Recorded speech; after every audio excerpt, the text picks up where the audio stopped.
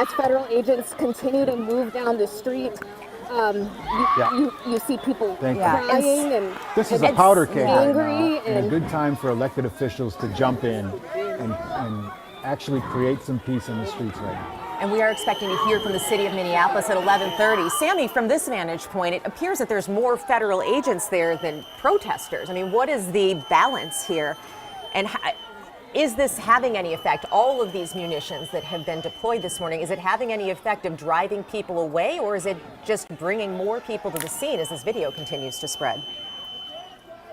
I think it's hard to tell because there's so many people that are trying to be inside at businesses. Right now, it does look like there's more protesters in this particular view than there are federal agents, but there are quite a bit of federal agents here, as you can see. And I guess if we can get, I was going to say maybe we can get a little closer to give you a vantage point, but it seems like federal agents are now backing up as protesters kind of encroach. And I'm not exactly sure what's going to happen now, but you can see that those federal agents are ready to deploy more irritants. And then this crowd is getting more and more angry, and just kind of, tensions are continuing to rise. But for the past few minutes, I haven't seen irritant getting deployed, so I'm not exactly sure at this point what the status is, but it appears that this is the edge of the protest that federal agents have decided on, at least for now. Yeah, it looks like an incredibly, potentially dangerous scene setting up there. People just facing off, federal agents in one line, protesters in the other. Based on what we've seen this morning. Based on what we've seen this morning. We hope cooler heads prevail here. But that is not always the case in these extremely emotional situations in Minneapolis, which honestly, this has been building now for weeks and weeks and weeks, the powder keg. That's right. And we should be going you can see now. Go ahead, Sandy. Actually, sorry to interrupt, but you can see now that they're bringing this police tape probably to this area, just making it a bigger border. But that's what you see there, is that they're bringing another line of police tape. It looks like they're likely going to tie it right around here, just creating just this bigger border here and trying to get some of those barricades. Yeah, this bigger perimeter here. And trying to get some of those barricades taken out of the area as well. And again, those barricades set there by protesters early this morning, not long after this initially happened. I know, Chris, you guys were on the air when that was happening this morning. Garbage cans. It looks like there's some spikes, stop sticks out there as well to try and block cars from leaving. And it appears that's what ICE agents or federal agents, I don't see exactly who they are with, but federal or FBI agents trying to remove at this moment. It is 11:33 now, and we are waiting for a news conference from the city of Minneapolis scheduled for 11:30. Border Patrol Commander Greg Bavino scheduled for a news conference at noon, so we are going to bring you those as soon as we get them. Also, before we go to Ian Russell, 1 second, I just want to let people know, as you're turning on the TV right now, what is happening. This is not just an act of protest against ICE or federal agents in Minneapolis. It is a protest against the shooting that has been reported and allegedly recorded from federal agents against a person. We don't know who the person is, except for that it is a 51-year-old man, according to the Associated Press, and that person has passed away. That occurred on 27th and Nicollet sometime this morning, roughly around 9 o'clock this morning. And we just got a statement from DHS in. We have not yet heard from DHS. It says at 9:05 a.m. Central Time, as DHS law enforcement officers were conducting a targeted operation in Minneapolis against an illegal alien wanted for violent assault, an individual approached U.S. Border Patrol agents with a 9mm semi-automatic handgun. Seen here, they provided the photo of that handgun to us, or to NBC News earlier. Now it's posted on their X account, as you can see. The statement goes on to say the officers attempted to disarm the suspect, but the armed suspect violently resisted. More details on the armed struggle are forthcoming. Fearing for his life and the lives and safety of fellow officers, an agent fired defensive shots. Medics on the scene immediately delivered medical aid to the suspect, but was pronounced dead at the scene. The suspect also had 2 magazines and no ID.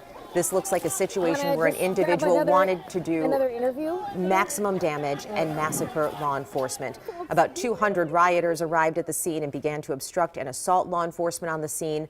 Crowd control measures were deployed for the safety of the public and law enforcement. The situation is evolving, and more information is forthcoming. Again, that's statement huge. On DHS's account. We're going to do our best to verify what DHS is saying in this statement.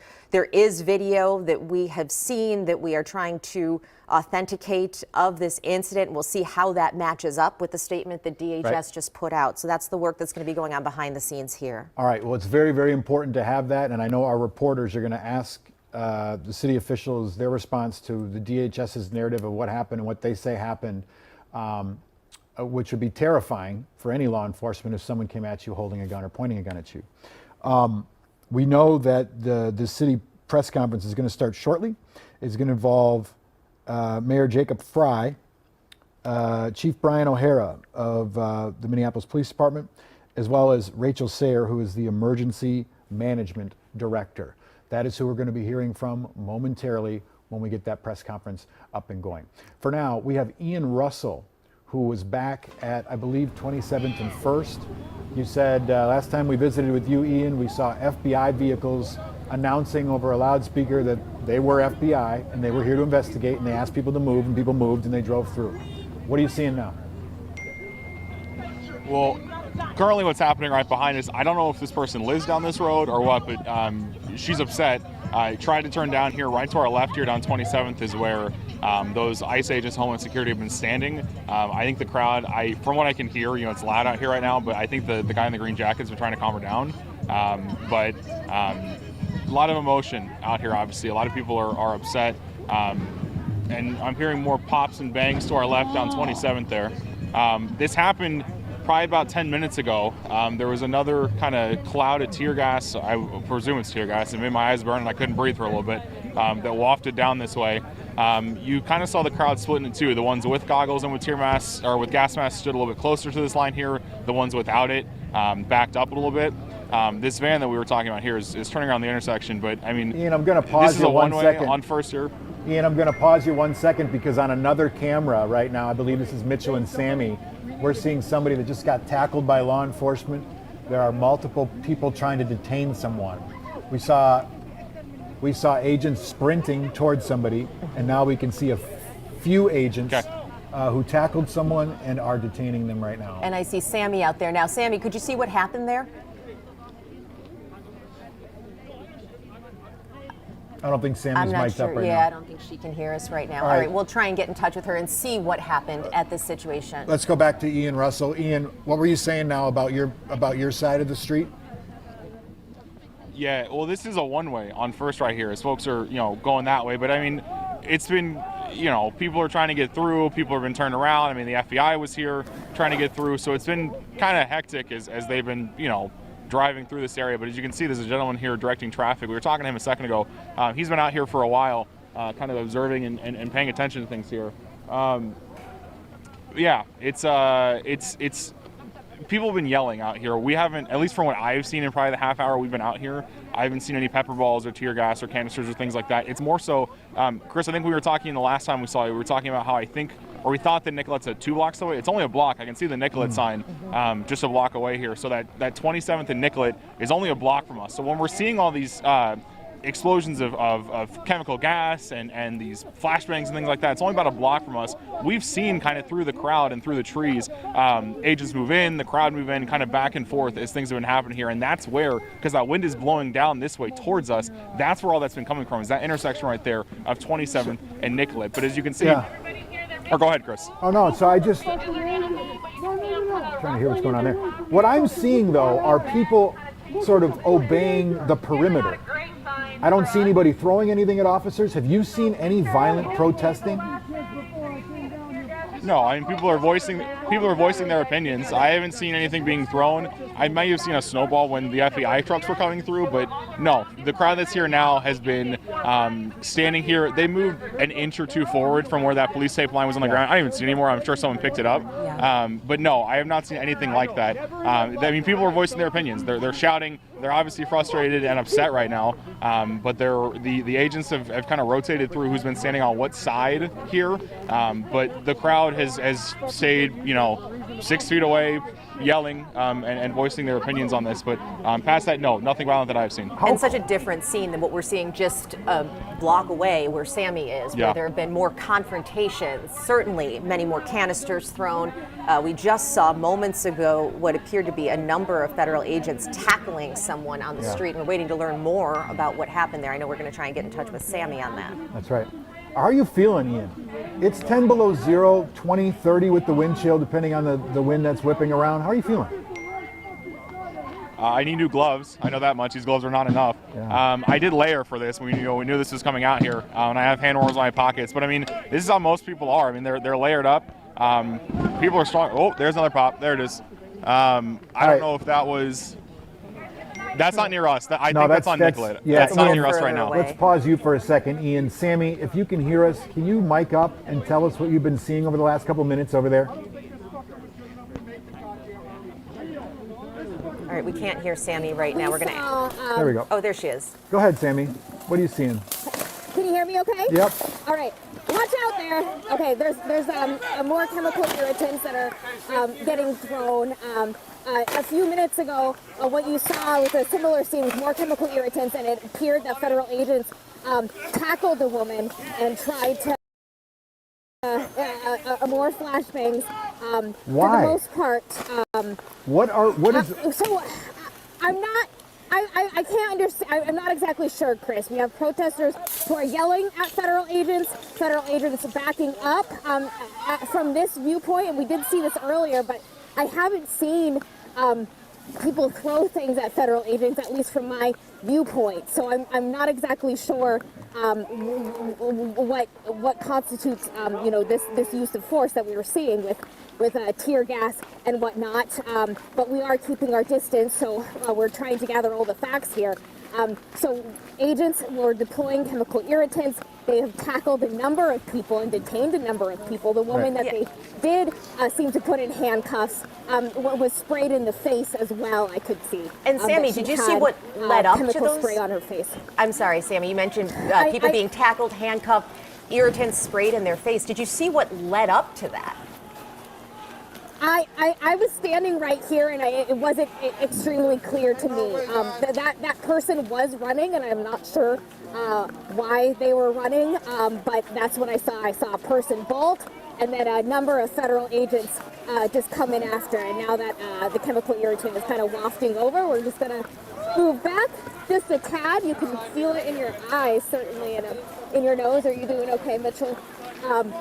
But this is exactly where it happened. So federal agents here, you could see like some gas masks and other things that people were wearing, yak tracks, and this is kind of where everything happened. This is where that woman was detained, put in cuffs. There was a number of federal agents on top of her. Then she was led away with chemical irritant on her face and in handcuffs. You can see now that protesters are moving closer to where that scene happened. That again, sometimes the federal agents move down the street, and then protesters become emboldened, and then move back. So now that chemical irritant is dispersed. Yep. I'm wondering, is there a clear police line? Because you talk about people moving forward. We've seen federal agents and protesters moving back and forth. Is there a clear line that they've set up? So the only clear line that I can see is where we were, an hour and a half ago. That was the original line that they're standing over there. So protesters were there, and then I was there when everything kind of went to disarray. It seemed like there was some kind of clash, some kind of confrontation. I know that people earlier were cutting police tape, which may have led up to you can't do that. It's like a cat and mouse game right now out there, Sammy. Have the police tried using words? I'm sorry, Chris. Have you heard any federal agents or local police announce what they want people to do? I have not. I have not at this point. The only thing that I've seen. Well, this does not look good. Right now, Sammy, I don't know if you can see that because the camera's zoomed in pretty far, but they're bringing pallets and a garbage dumpster toward law enforcement, which looks like people are trying to establish a barrier. Yeah, this is going to be a really tense situation here. Back up, Sammy. Yeah, this looks like it could get fairly dangerous here, Sammy. We are so grateful for your courage and your professionalism out there right now. And You're doing a wonderful job, and Mitchell appreciates you. We are supposed to be hearing from local leaders right 15 minutes ago. We haven't gotten word that they're ready to speak yet. We're supposed to hear from the mayor and the police chief. But for now, we're seeing this cat and mouse game where protesters get close to federal agents. Are those federal agents, by the way, or are those local law enforcement? So it appears the only federal agent that I have seen is just federal agents. I haven't seen local law enforcement. You know, I did see a sheriff earlier, but that was a while ago. I did see Hennepin County sheriffs. I was interested in that, and this will be very interesting to hear from Chief Brian O'Hara in a little bit, because we have not seen Minneapolis police in these videos, at least that we can tell. And in the past, Minneapolis police have at times taken the opportunity to try and diffuse the situation. What is happening there? Someone just lit something inside? No. That's a canister of smoke that someone put a cone over. Okay. Thank you, Chris. Sammy, you're doing a wonderful job. We're going to be hearing from local officials soon. And we're going to take that as soon as we're able to. 10 minutes, we're told, to the news conference with our local officials. Obviously, so many questions for those local officials. And shortly after that, we will have a news conference from Border Patrol, Greg Bavino, who has been the commander on the scene here in Minnesota, getting Commander at large the for Border DHS perspective there. Minneapolis police, we're told, just put out an all call to have everyone show up at Precinct 1 with riot gear. So Minneapolis police obviously preparing for a prolonged confrontation here, for a prolonged protest, and obviously there has been violence here as federal agents are throwing canisters of tear gas and other munitions at protesters. Protesters are coming toward federal agents, bringing pallets, you can see, trying to perhaps create some sort of barricade, and you can hear screaming in the background there. It's really, these are two different angles. I don't understand what the tactic is right now. That's just, we're not there. We have Sammy and we have Ian there, but I don't understand what the tactic is from the protesters. I don't understand what the tactic is as a viewer, what the tactic is from law enforcement. Do they want people to disperse and go home? Do they want them to back up to a certain perimeter? The people obviously aren't listening. They're moving forward with objects so that they can set a barricade and a barrier. It just seems like it's a powder keg right now, and nobody on scene seems to be doing anything to de-escalate this situation. And we need more information from local elected officials and federal officials to get some facts out so we can at least ascertain and verify what people are fighting about.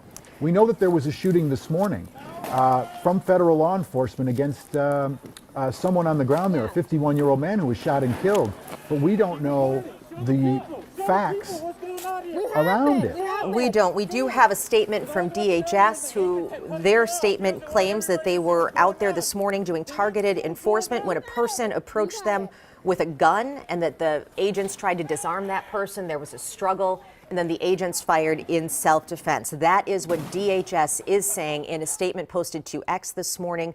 Again, we are working to verify this. We're working to compare this statement versus what we're seeing in videos, because there are videos circling there, as you can see. At 9:05 a.m., as DHS law enforcement officers were conducting a targeted operation in Minneapolis against an illegal alien wanted for violent assault, an individual approached U.S. Border Patrol officers with a 9mm semi-automatic handgun, and you can see the photo there that they've provided. The officers attempted to disarm the suspect, but the armed suspect violently resisted. More details on the armed struggle are forthcoming. Fearing for his life and the lives and safety of fellow officers, an agent fired defensive shots. Medics on scene immediately delivered medical aid to the subject, but was pronounced dead at the scene. That suspect also had 2 magazines and no ID. This looks like a situation an individual wanted to do maximum damage and massacre law enforcement. About 200 rioters arrived at the scene and began to obstruct and assault law enforcement on the scene. Crowd control measures were deployed for the safety of the public and law enforcement. The situation is evolving and more information is forthcoming. And again, So we are talking to witnesses on the scene, trying to gather information. One of those witnesses, we have Janice Shortle here in studio. Do you want to come in and talk? Are you ready? Sure. Well, Are you get your able microphone. to? Do you have one on? I don't have a microphone. Here, well, we'll hold my microphone careful, here grab for that. you. Oops. All right, there we go. All right, Jana, you were out there this morning. Sorry, I'm not winking. It's You were pepper sprayed, so Yeah. you're dealing with that. So explain to us what you saw. Sure. Sorry, I was just seeing that statement for the first time. So I was there probably relatively soon. That statement said 9:05 this morning? Mm-hmm. Okay. I was there before 10. When I got there, the thing that doesn't make sense there is there were protesters around the entire city block. And at that time, it was just, it seemed, Border Patrol and ICE agents. Sorry, I'm still kind of wet with pepper spray. Don't apologize. There was I'm just used to it. There were arguing back and forth, right? So when you arrived, this is post-shooting, shortly after, because you don't live too far from Meade Street, right? Right. Did you hear that something had happened and so you went to report? I got a notification on my phone. Got it. So you went to the scene. There was already police tape up? There was already police tape at 26th and Nicollet up that was taking up one block. But what happened, and that was, I guess, the reasoning that they started to spray me, is at any moment without any, I want to make it clear, I don't know if Sammy and Jana, we need to interrupt you because we need to go to the news conference. Minneapolis Yeah. officials holding a news conference. Let's head out there now. Maybe there's a news conference right now. No, it looks like it's just getting framed up. Okay, we're getting it framed Jana, up. why don't we keep talking while we see this picture, though? And Sorry, as I'm soon as rambling. officials, Here we go. no, that's a white balance for sure. As soon as people come up and start, oh, here we go. Here we go. They don't have you. They called the wrong thing up. That's on their end. At approximately 9:03 a.m. this morning, Minneapolis police received the report of a shooting involving federal law enforcement in the area of East 26th Street and Nicollet Avenue on the south side of the city. Officers arrived and found an adult male with multiple gunshot wounds when they arrived. Life-saving aid was being rendered, and he was transported by ambulance to Hennepin County Medical Center, where he was later pronounced deceased. Based on the information that we have, which is very limited, this is a 37-year-old white male who is a Minneapolis resident, and we believe he is an American citizen. We have not been told any official reports of what has led up to the shooting, but we have seen the video that is circulating on social media. Our demand today is for those federal agencies that are operating in our city to do so with the same discipline, humanity, and integrity that effective law enforcement in this country demands. We urge everyone to remain peaceful. We recognize that there is a lot of anger and a lot of questions around what has happened, but we need people to remain peaceful. In the area, we have an unlawful assembly at this time. Minneapolis police have given multiple warnings for the crowd to disperse.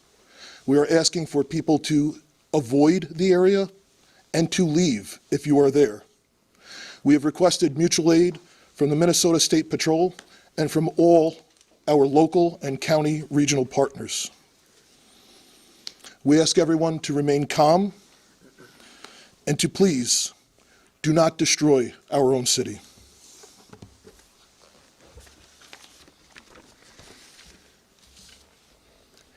I just saw a video of more than 6 masked agents pummeling one of our constituents and shooting him to death. How many more residents, how many more Americans need to die or get badly hurt for this operation to end?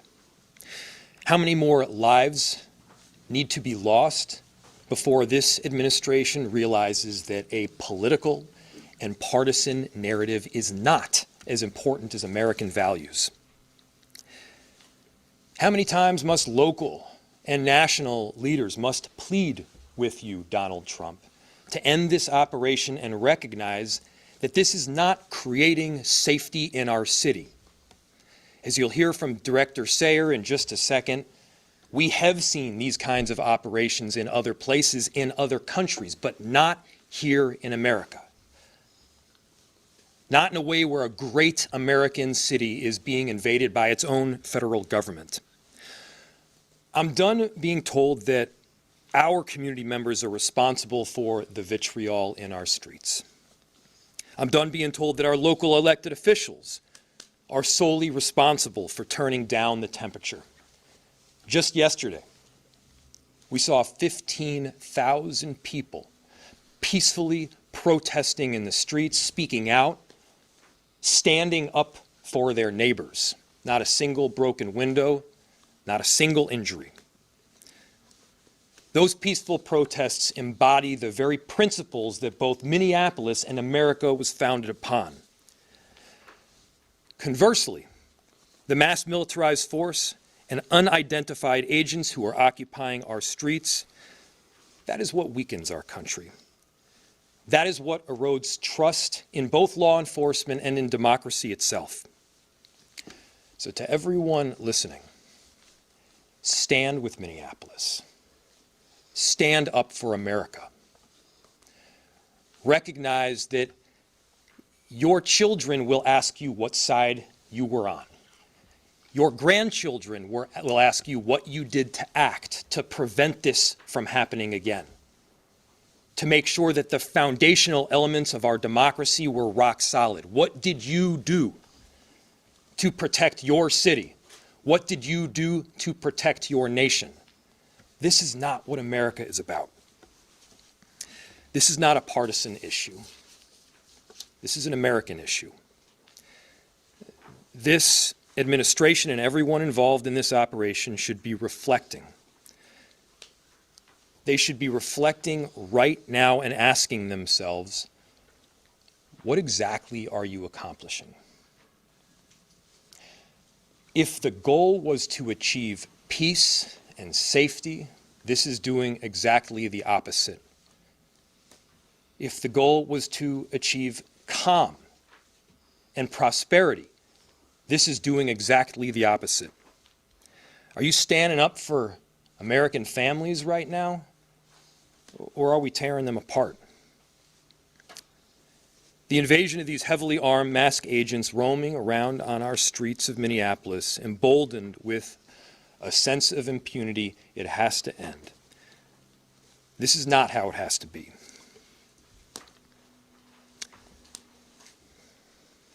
So, to President Trump, this is a moment to act like a leader.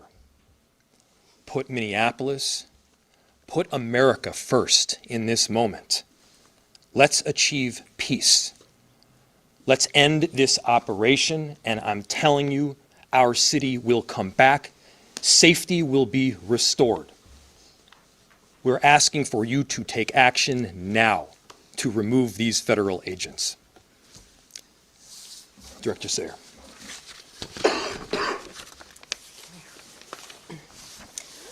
My name is Rachel Sayre, and I am the Director of the Emergency Management Department for the City of Minneapolis. I took this job to keep us safe because I live here, and this is my community. We are doing everything we can to mitigate the impacts of this terrible situation. The city's Emergency Operations Center continues to be activated, as it has throughout the surge in federal agents over the last few weeks. We are tracking impacts and coordinating the city's response to this situation, which is having profound repercussions in our community. I can't underscore enough how much Operation Metro Surge is impacting our city.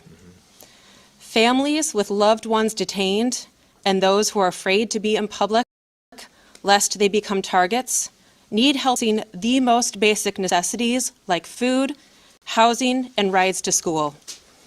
Businesses are shuttering and our local economy is severely impacted, which means families are suffering, just as we were rounding a corner in our recovery.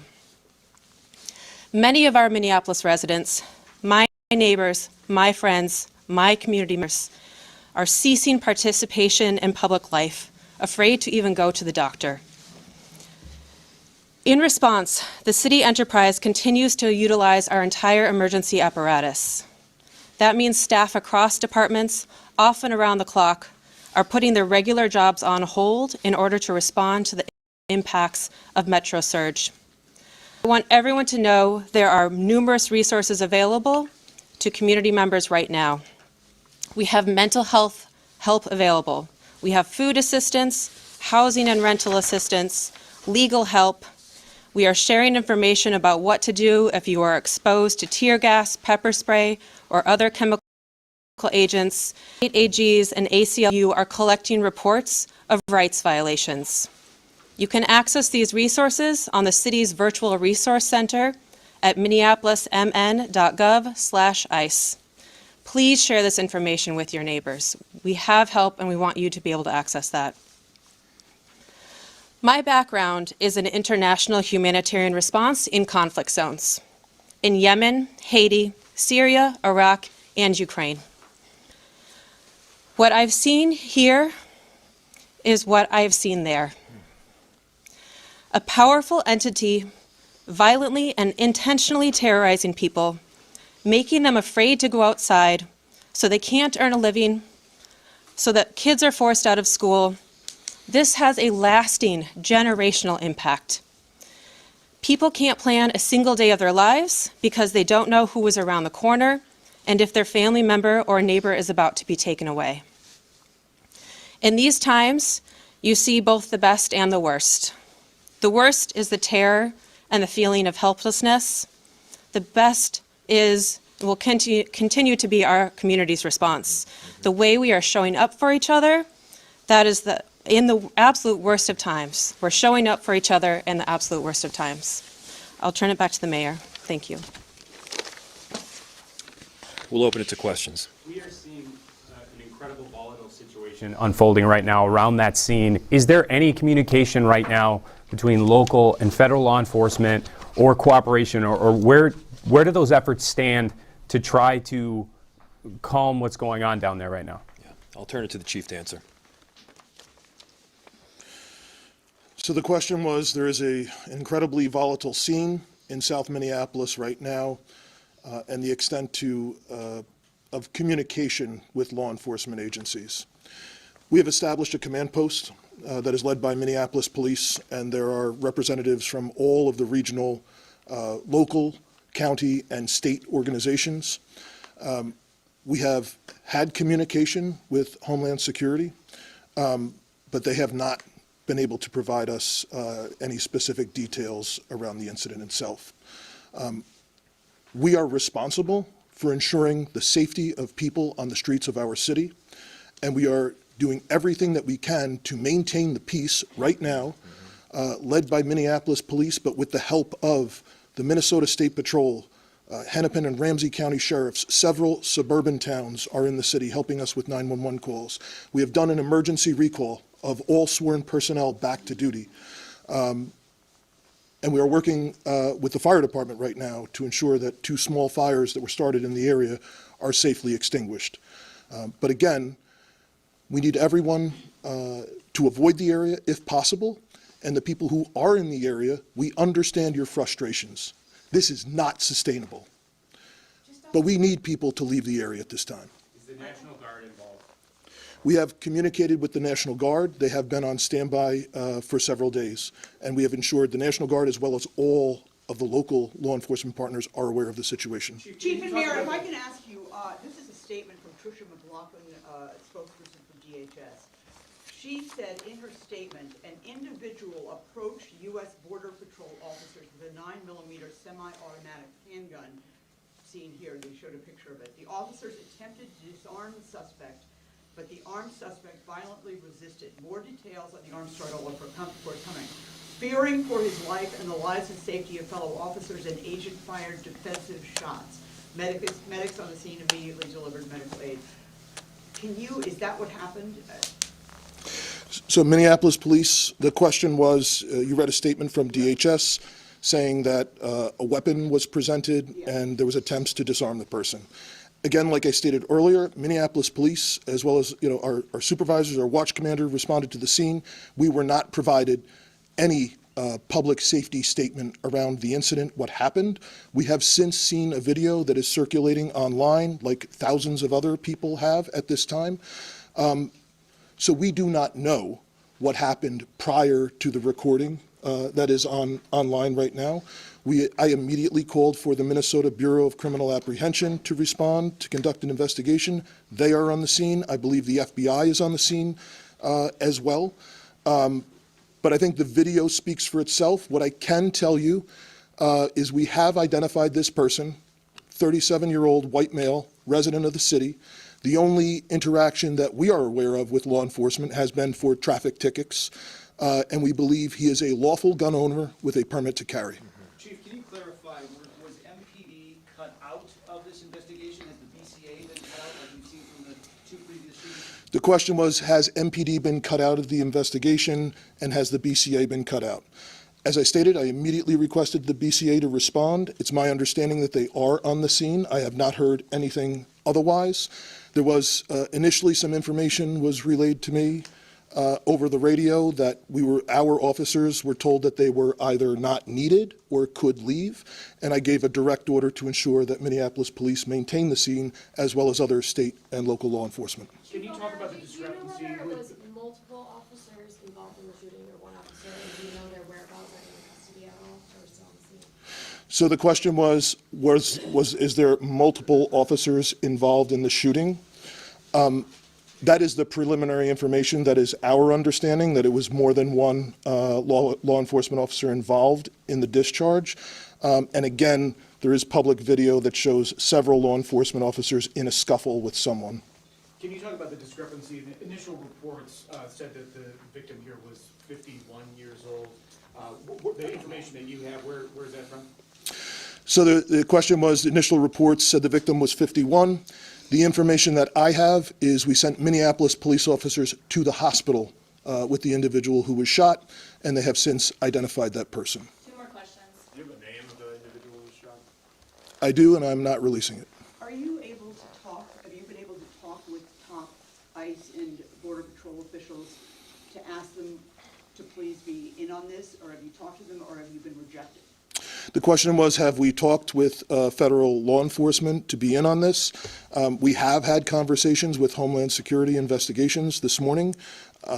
We are told they do not have any information to share at this time, but we will attempt to maintain those communications going forward. Do you believe that? Last question. Do you believe that they have no information to share at this time?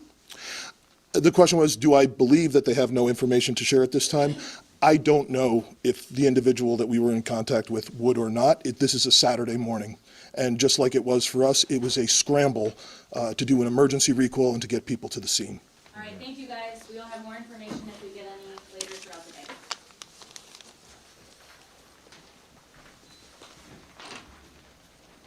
We've been listening to a news conference from Minneapolis leaders. You heard from Chief Brian O'Hara, Mayor Jacob Fry, and the Emergency Management Director for the City of Minneapolis. Now, key facts out of that. Chief O'Hara said this morning at 9:03 they received a report of a shooting involving a federal agent. They claim that the person who was dead, Minneapolis police are telling us, is a 37-year-old white male, a Minneapolis resident. Only criminal history they have for this person that they can find is a traffic ticket, and they did indicate that this man is a lawful gun owner with a permit to carry, which goes to the statement we heard earlier from DHS. Right. The chief also said, though, that they could not confirm what happened leading up to the shooting. DHS is saying that person, that they brandished their weapon, and that is why they tackled this person, and what happened, what followed is what happened. We can't confirm that right now, but what the chief did say is that they need people to leave the scene. They need people to go home. He asked specifically, please don't burn our own city down. Tensions are really high, and it's going to take people listening and heeding that warning in order for us to move forward and not have what's happened in the past here again. The chief also said 2 small fires were extinguished, and because they are so overwhelmed, that several suburban towns are helping them answer calls in the city right now. Yeah, we do know that an all call was put out to Minneapolis police, come with their riot gear to Precinct 1. Of course, they hope that they are not going to need that today. This was declared an unlawful assembly, and so the chief is now asking people to disperse. But what we have seen this morning was not a lot of de-escalation out there. We have seen protesters advancing toward the federal agents there. We have seen federal agents employing a variety of chemical munitions at protesters. We've heard flashbangs, tear gas canisters. We've seen pepper balls released. And so it is an incredibly volatile situation out there. Right now, our reporters on the scene saying a few hundred people out there, but the crowd continues to grow as this video continues to spread online of this shooting. Now, we want to let people know we're also awaiting a news conference from Border Patrol Chief, who has been handling this Minneapolis operation, Greg Bovino. We'll take that to you live as soon as we can, because there's a lot of questions we have for the Department of Homeland Security about what happened there today. On that note, speaking of Border Patrol, and also we want to let you know that Governor Walz is expected to have a news conference as well. That one happening at 1:30. We'll, of course, carry that live as well. But speaking of Border Patrol, the union actually has released a statement saying Border Patrol agents are trained extremely well to protect themselves, their fellow agents, and innocent third parties. When a supposed peaceful protester brings a weapon, such as a loaded handgun, and brandishes it, there's going to be severe consequences and repercussions. We have pleaded with and warned the media and the politicians that their irresponsible, hate-filled, and false rhetoric is going to get people unnecessarily hurt or worse, killed, when they portray our agents and officers as the aggressors.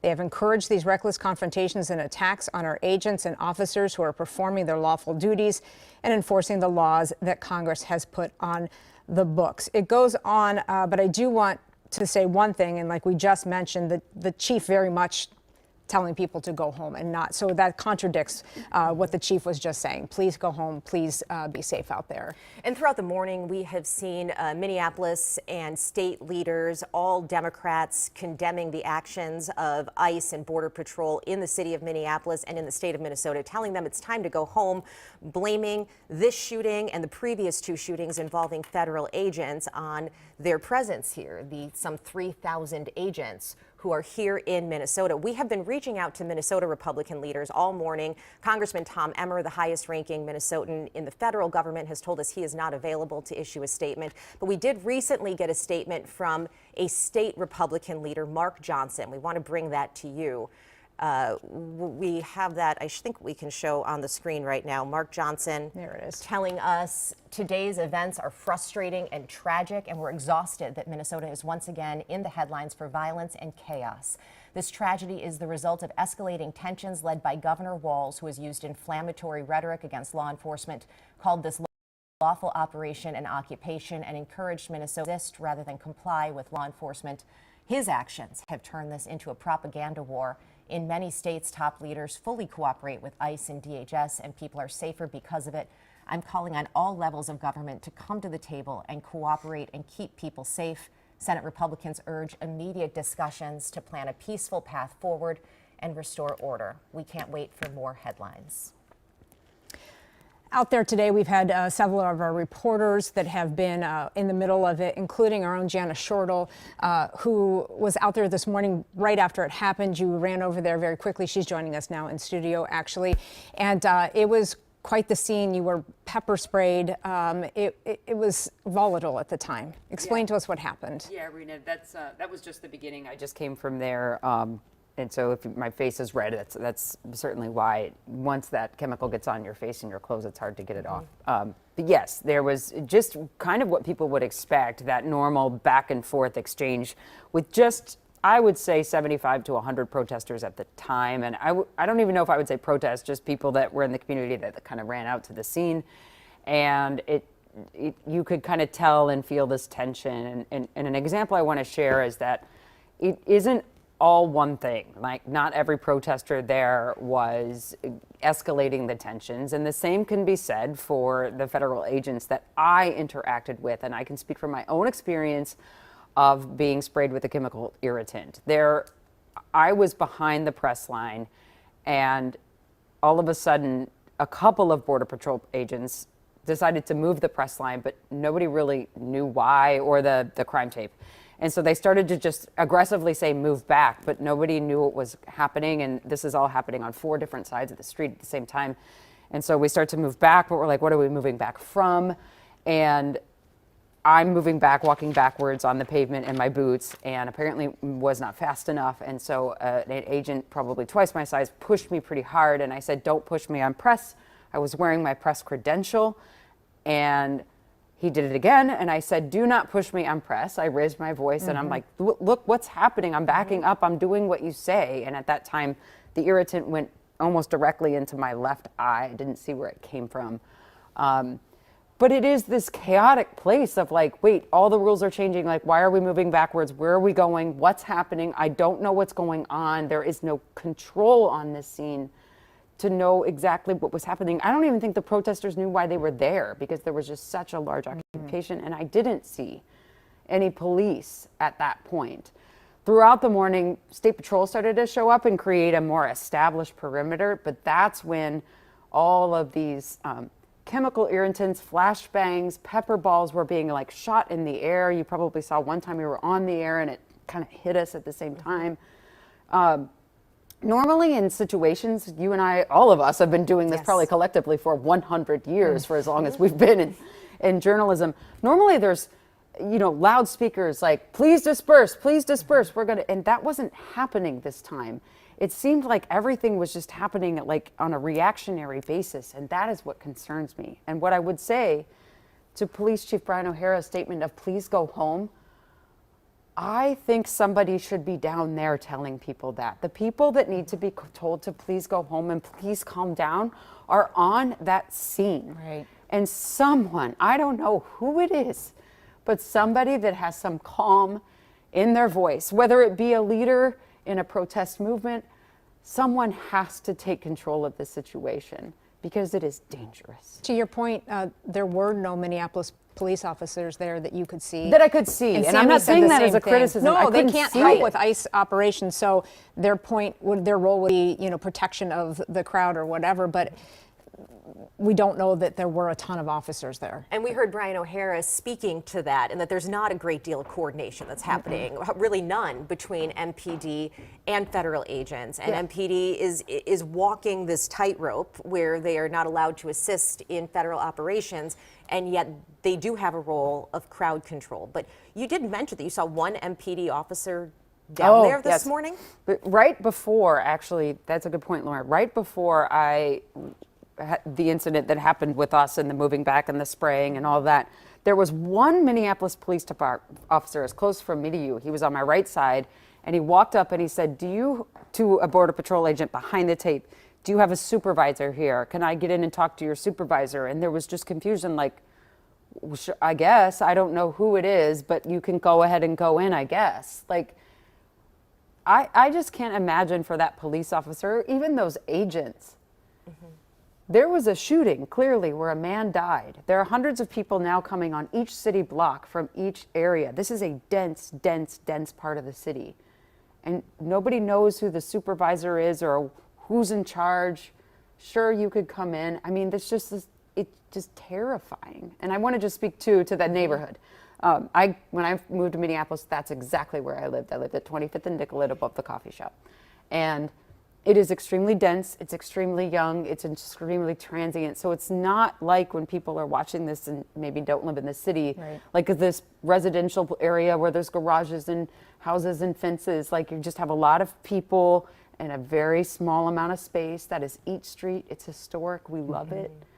Small businesses, all it is small businesses. They cannot sustain this. And we saw, as Sammy was reporting out there, one of those small business owners opened up her doors to welcome people. And she said, I just want to keep people safe. And she said it was breaking her heart to see what was happening out there this morning. And especially from Ian's shot, who was a bit off of Nicollet, he was at 27th and 1st. And you could see all the apartments and the 2- and 3-story buildings there. It's a little different. And I was thinking about all the people inside their homes this morning who woke up and outside of their house, they are hearing flashbangs. They are having, if they were to open the windows, they wouldn't on a day like this because it's absolutely frigid, but there would be chemical irritants all throughout the air outside their home. I heard a lot of people express that. Yeah. When I had the irritants sprayed in and they started pouring water on me, and y'all know how cold it is. At this time, it was probably like -8.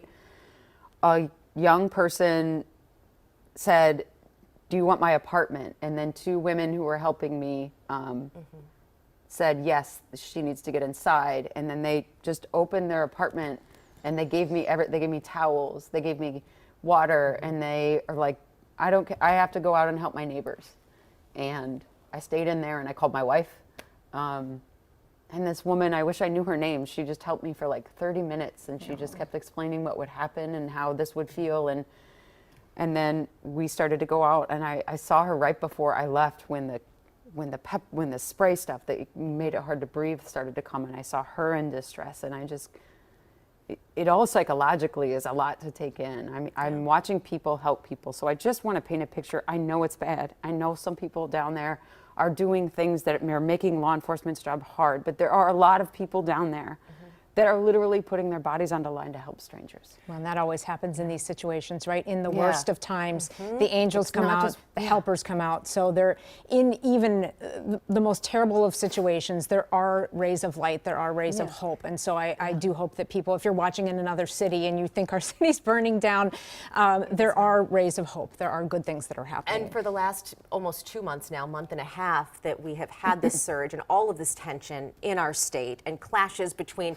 local protesters and federal law enforcement and local officials and federal officials, we have seen so much kindness also. And I do think that that's important to point out. We have seen people out there delivering food, people helping to calm situations, just people trying to take care of one another. Because as you mentioned, this is a neighborhood, this is a city, people live here who have no involvement in anything else, and they're just trying to get by, just trying to survive, and people are really taking care of one another. Yeah, I don't think that you could. There are two streets that I think of living in Minneapolis and South Side that just kind of really define the all are welcome here, and it's Lake Street and Nicollet. And these are the two streets, and that doesn't surprise me that woman, somebody let me in their house, and then the whole hallway, they were making coffee and helping people come in and get warm. And I know we can't spend a lot of time on stuff like this, the news has to be told, but there's other things happening there too. But I wish Brian O'Hara could go down there, because I think he's got a lot of credibility right now for how he's led our city. And just ask people to go home or go somewhere to get their frustrations out, because I know that does need to happen. There's half the people down there don't even know what happened. They're just there. A lot of them are young, and that's awesome, and they believe in something, but it's not helping. Right. And we all, at this point, we don't really know what happened. Investigation is ongoing. We have competing narratives coming out. We're going to be trying to get you the best information that we can. But Janet, we thank you for coming out here and for going out early this morning to report. I'm glad you're okay. I know that you're in pain. I've experienced pepper spray. It hurts. And so take care of yourself. Thank you for being out there this morning. All right, we need to go out to the scene where Sammy Selena has been all morning. Where Sammy has been probably the most volatile area that we have seen. And Sammy, I know that you earlier had a gas mask on. You're wearing your helmet because there have been so many munitions being thrown and being launched there. What are you seeing now? So for the past few minutes, we have seen things calm down. These protesters, they're getting closer to Nicollet and 27th, which is where the original kind of border, the original perimeter was. So that the crowd kind of resembles what everything looked like before. You'll actually notice, though, people raising their hands over their heads, just trying to show we're here, we're peaceful, we want to be peaceful, don't deploy chemical irritants or sprays. So that's something that we have seen just kind of change and kind of happen in the past half hour or so, I feel like, where people are just trying to actively put their hands in the air and say, hey, I'm here peacefully. Of course, we hear those chants, those loud chants, but for the most part, things have calmed down quite a bit, which is great news. Although I think people, again, have their gas masks out, have their helmets on, just in case things start to change very quickly, because that's what happens when things change. Things change very, very quickly. And as Jana mentioned, there's a lot of people here that are just trying to help the community out. We have medics out here that just have water. When I was kind of coughing up and throwing up a little bit earlier in the day because of that chemical irritant. There was a woman who just gave me her water bottle and said, "Where should I put this? Do you have anything in your eyes? Do you want a sip of water?" We have businesses getting people inside, saying, "Please come in. We want people to be safe." And so the scene right now, again, has calmed down just a little bit more. Occasionally you'll see again those people just like raising their hands above their head. We're hearing some boos right now. It's a little difficult for us to figure out exactly what's going on, but the crowd is kind of just starting to get, I can feel it, a little bit angrier right now. So again, for the most part, in the past few minutes, I've seen things remain decently peaceful at the moment. Of course, people are angry. People are just, expressing this deep feeling of resentment toward these officers, especially as news got word of what exactly happened here. And I would say that the crowd has been getting bigger. There's definitely more and more people showing up. Again, it seems like for the most part, things are pretty peaceful here. A lot different scene than what we saw, 30 minutes ago when we saw federal agents that seemed to be trying to detain protesters, arrest some protesters. We're not exactly sure why. We saw the barricades going up as well. But for right now, a bit of a different scene. Sammy, thank you for your reporting out there. It is good to hear that things are calming down a bit. We heard just moments ago the Minneapolis police chief call for calm in the area and call for people to disperse from the scene, saying, please do not destroy our own city. If you're just joining us now, let's reiterate just what has been happening this morning. DHS in town, obviously conducting these enforcements, and we're told that that's exactly what they were doing today, a targeted enforcement when they were approached by a man that they say was brandishing a weapon. What we do know is that according to Chief O'Hara, that 37-year-old white man was shot and killed on the scene. We don't know the identity yet. We do know that he says he was a lawful gun owner and did have a permit to carry, but we can't confirm what happened leading up to the shooting this morning. We do know that because of everything that has happened since then, because of the people gathering down there and the protests, that the Minneapolis Police Department has put out an all call, if you will, for all officers. Let's take a listen. Airing information citywide, all off-duty officers to respond code 3 to the 1st Precinct roll call room and report to Lieutenant Garman with your civil disturbance gear. Information citywide 1142. All right, you hear that all to the scene. Ian Russell has been out there now for a little over an hour at 27th and 1st. Let's go to him now. Ian, what's happening at your location? A nice homeowner here led us a little bit further in. As you can see back there, I mean, you can't see anything because of the tear gas, the chemical irritants that were just used. The agents just, I couldn't see exactly what happened first. There was a man who was being pulled out on a stretcher who was shouting, so we were paying attention to that for a second when all these bangs started going off. And as you can see, it is just a thick white cloud of all of this gas, all of these irritants that are being used. It looks like there were crowds on two sides. I'm not entirely sure where Sammy was or what she was able to see, but there were crowds on two sides, and the agents have pushed them further down Nicollet. You can kind of see them out there right now. They're moving back into the main side of the intersection, but I can see canisters on the ground. I mean, that smoke is huge. There is so much of that. I mean, it was popping off just a second ago as these things were thrown. It looked to be, I can't see around the corner of this building, so I'm not sure who was throwing it. It looked like things were thrown back. I've seen agents with, it looks like pepper guns. I've seen, it looks like a shotgun. I don't know if it has, a chemical deterrent in it or what that is. I've seen things like that. Around the corner of this building, this brick building to the left there was a photojournalist with a camera tried to get out, raise his hands.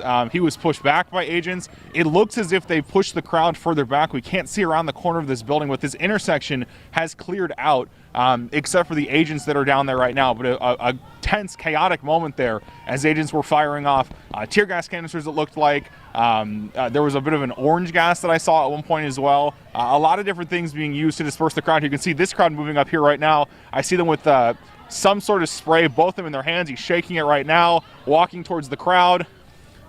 We'll see exactly what happens here, but this side here on 1st and 27th, the crowd has stayed here as they've been yelling at agents here, telling them to get out, calling them different things. This is the first time we've seen a few different agents walk towards this crowd, so we'll see exactly what happens, but it looks like they're getting into a car right now. We've seen a couple of these cars leave in the past half hour or so, but for the most part, the crowd has stayed back. This right here on the sidewalk, David, is probably the closest we've seen them at this point. For the most part, they've been further back, but the agent who was standing right there has walked a little bit further past. He's got a Texas patch on his arm. It looks like the outline in Texas. That's the closest we've seen the crowds get. They've stayed at the front. Oh my gosh, what is that? I'm not sure what that is, but yeah, we'll see. We're gonna walk back over here to that intersection, see what we can see for a second. I'm sure you heard those booms in the air. You can kind of starting to feel it. The gas is wafting towards us. They've got something. What is that? I can't see what that is. Oh, that's someone's feet. They're loading someone in that van right now. Just a moment, Ian. We're going to interrupt you for just a moment. Sammy is letting us know that she's seeing something at her location. She may be in the area of that bang we just heard. Sammy, what can you tell us? Yeah, so again, things just change every single minute. Things looked pretty peaceful and it calmed down for a few minutes. But again, we kind of have backed ourselves into this park that we've been for the majority of the morning, because then we started seeing the flashbangs, the chemical irritants, the pepper balls get sprayed again as they came down the street and protesters were forced to make their way back. Again, I haven't heard orders exactly on where they want the protesters to go. We have seen Police Chief Brian O'Hara call this an unlawful protest at this point, but we certainly have seen some folks here just continue to get angry and mad. They were at that 27th and Nicollet location there. Many people had their hands up, saying, just sending a message of, I'm a peaceful protester, I'm not going to do anything to you. And then that's around that time we started seeing people get kind of nervous. Those federal agents were starting to take out those irritants and have them at the ready. We saw folks back up a bit, and then we saw that deployment, and then folks, including ourselves, and you couldn't tell I'm a little out of breath, just have to run down the street again. I mean, just look at this. I mean, it just looks like a war zone, and this is what it's been looking like for the past few hours right now. Although it appears that a lot of the federal agents have kind of gotten out of the area. How's your eyes, Mitch? Are you okay? You can kind of feel, everything in the air at this point. But now protesters are moving forward. It looks like even past that line of 27th and Nicollet, it appears they're no longer at that line anymore, that they've backed up significantly. We hear flashbangs in the distance, but in this area, it appears they're letting protesters move a little bit closer in, even past that original line that we saw originally. So right now, that's just kind of what's going on, is protesters are moving forward, figuring out exactly where they're able to go now. All right, Sammy, we do appreciate your reporting out there. Make sure you stay safe. You've been doing a great job of bringing us all of these situations all morning long now for several hours. We also have our Jessica Hart on the scene. We want to go to her right now. Jessica, what are you seeing from your vantage point? And if you can just give us a sense of where you are, because this is covering a few blocks. Yeah, Lauren, we're near 28th and Blithedale here, and they just launched some tear gas canisters, and protesters ran back, but now you can see they're moving back up toward the front where those federal agents are staging. Now, before they deployed those canisters, there were a number of people just sitting on the ground with their hands up. And then several other people followed suit who were back and standing. It's really quiet right now. It was very chaotic just about 2 to 3 minutes ago. They launched something too that created a loud noise. I'm not exactly sure what that is called, but you can see they're starting to push back up toward that front line. In this street, there's just so much going on. There's kind of trash everywhere. There are signs on the ground from when people went to move. And there's actually people, if we turn this way, they've created a barricade here, or they're starting to create one. People have brought in wooden pallets, they're brought in trash cans, there's a sidewalk closed sign. So this scene doesn't seem to be dying down. People are not really going home. There's actually cars still driving through here. which there's a group of people just kind of walking through the street. So you're kind of weaving in and out of the cars here. But everyone seems to be pushing back toward that front line again. There's a man just walking with an American flag that he's waving. So it's quiet right now, Lauren. A few moments ago, it was very chaotic. And right up near where people are walking, that's 27th. And there are actually protesters on both side of the street. You can't see them right now, but it's kind of like there's this three sides of where people are gathering and federal agents are right in the middle. So if we see any more new developments here, we'll make sure to bring that to you. Back to you. All right, Jessica Hart, we appreciate it. Thankfully, a little more calm where you are, but it is not where Sammy Salina is. So let's go back to Sammy, who is kind of in the thick of it right now. Sammy, not sure you can hear us. We can hear the flashbangs going off. Yeah, I can. So right now, it looks like there's a fire inside of a car, and folks that have their water bottles are just trying to douse that fire. We're not exactly sure how it started, if it was because of chemical irritants or something else. But right now, people, they checked. There's no one in the car at the moment. I've heard that people have called authorities. And right now, it appears like that the very back of the car is on fire. And we'll, of course, keep our distance here as you continue to hear flashbangs and whatnot go off as well. So we're just trying to understand exactly what happened. But person after person, it looks like, are just bringing their water bottles, just pouring it into that car. This is 27th and Nicollet. Mitchell, if you want to kind of show off this area, this is exactly where we saw the perimeter get set up over here. And then you can tell that the police tape, it's all down. Federal officials have moved back. I've seen folks kind of go down 27th a bit, following those federal officials, and just exploring these different areas that they were not able to go to in the past. This is the block, from my understanding, of where everything happened. It is now opened up to protesters as federal agents have made their way from this area. That car, again, we have more protesters trying to figure out how to put it out and just trying to save that car if that's at all possible. Because right now, I'm not exactly sure how quickly any first responders are going to be able to make it into this area with a number of barricades surrounding the area. Well, Sammy, it's obviously an incredibly dangerous situation when you have a car smoking and on fire. A bad situation for everyone there. We appreciate your reporting out there. We're going to keep checking back with you and keep checking in on this video throughout the morning. Right. We can see multiple scenes here. Now, just to give a sense for folks who may be just joining us of what prompted all this morning around 9 o'clock, federal agents with Border Patrol say they were doing targeted enforcement and another person approached them who they claim had a gun, and then they shot that person to death that morning. Chris Hrapsky joining us now to talk a little bit more about the video. We have been also requesting Republican response, and we do have a statement from Tom Emmer, which we will get to you shortly. But let's talk about this video that you've been watching. You've been going over it. Yes. What can you tell us? Well, we're gonna see it together. Okay, so this is the video that has been going around social media. It appears to be the correct location at the correct time posted today. We verified that much. We want to show you, and there's other videos that show the same person at the same time. So that's why we feel like this is authenticated and we're able to air it right now. We're going to pause it right before the shot of this man going limp, but we're going to watch it several times here and show you exactly what we're seeing on this video. This video starts with federal agents trying to detain a man who's in like a khaki-colored sort of jacket and pants. The man can be seen, when we re-rack this, you'll see it.